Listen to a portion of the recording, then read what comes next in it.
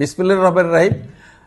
আজকে আমাদের কিছুক্ষণ আগে মাননীয় বিদ্যুৎ জ্বালানি ও খনিজ সম্পদ মন্ত্রণালয়ের মন্ত্রী মহোদয় আমাদের ডেকেছিলেন, উপস্থিত ছিলেন প্রতিমন্ত্রী মহোদয় এবং সচিব মহোদয়।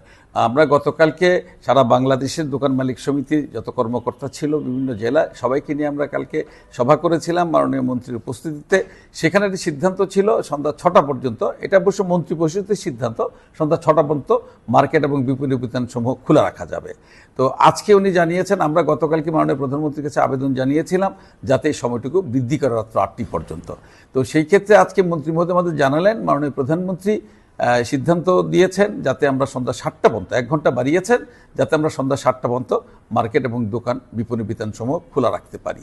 এর জন্য মাননীয় প্রধানমন্ত্রীকে আমরা আন্তরিক ধন্যবাদ জানাই এবং আগামীতে যাতে আমরা সবাই বিদ্যুৎ এবং জ্বালানি সাশ্রয়ে আমরা যাতে সবাই সতর্ক থাকি, সবাই যাতে আন্তরিক থাকি।